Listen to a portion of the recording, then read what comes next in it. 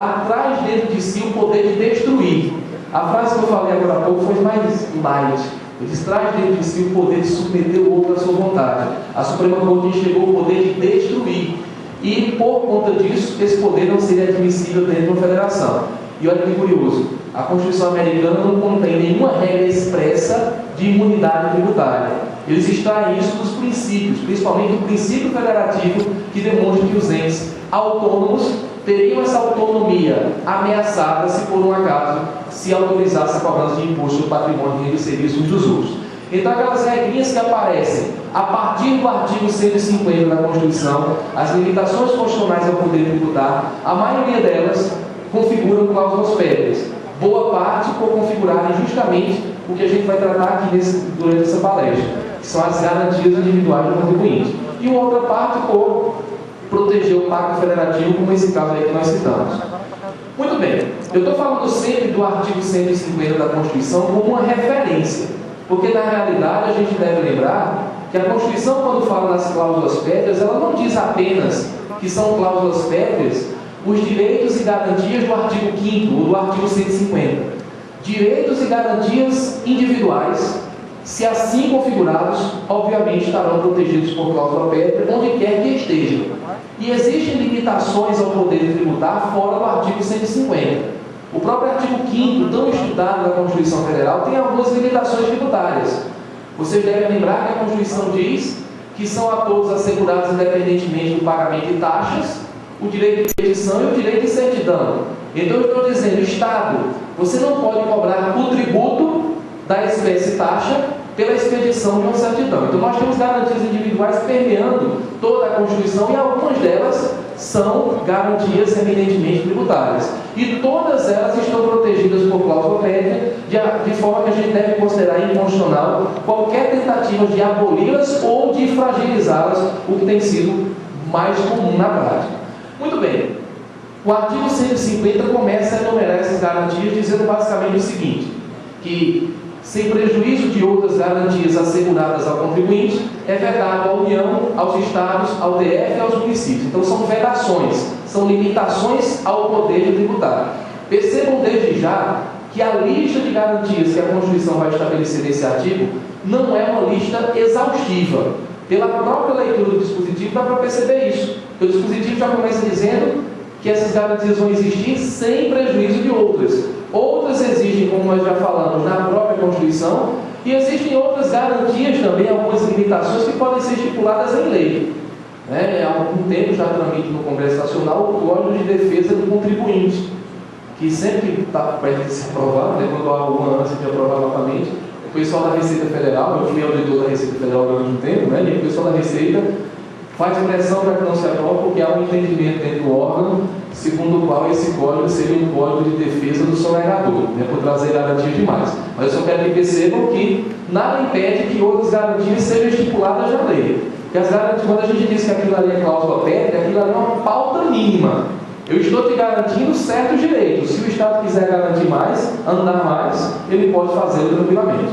Então, estou tomando o artigo 150 como referência, mas na realidade, o que eu estou comentando aqui vale para todas as garantias tributárias que nós vamos passar a comentar. Só uma pequena observação, aquele vício de professor de cursinho preparatório para concurso, uma observação importante técnica, que inclusive já foi abordada em prova pela ESAF, e que eu sempre vejo as pessoas comentarem de maneira um pouquinho equivocada. A gente tem a mania, claro, no dia a dia, nas conversas, inclusive conversas técnicas sobre direito, de chamar tudo de direito. Eu tenho o direito de não ser preso salvo em flagrante delito ou por uma via escrita e fundamentada de autoridade judiciária. Na realidade, você tem o direito à liberdade. Este é o direito.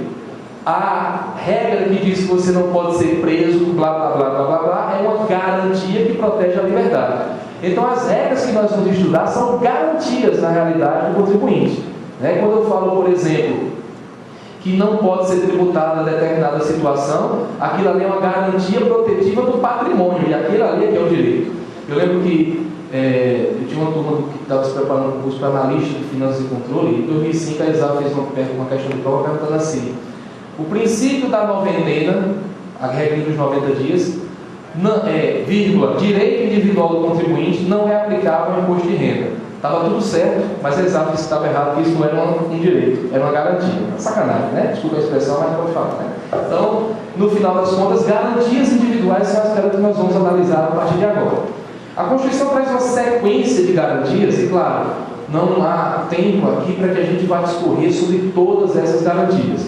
Mas pela importância prática e pelos acontecimentos mais recentes, teve uma coisinha que aconteceu no início do ano que eu gostaria de comentar, eu vou dar uma atenção especial às garantias que estão previstas no inciso 3 do artigo 150, que são todas garantias protetivas da segurança jurídica, que vão tentar proteger os contribuintes contra surpresas que lhe agravem a carga tributária, surpresas negativas com relação ao seu próprio patrimônio. Eu costumo falar que, quando a gente fala normalmente em segurança jurídica, há normalmente uma tendência de as pessoas sempre se ligarem a institutos que protegem o passado. Segurança jurídica, as pessoas falam, vamos proteger direito adquirido, ato jurídico perfeito, coisa julgada, como se estava discutindo agora há pouco. O que está lá no passado deve ser mantido no passado para que haja estabilização das relações jurídicas.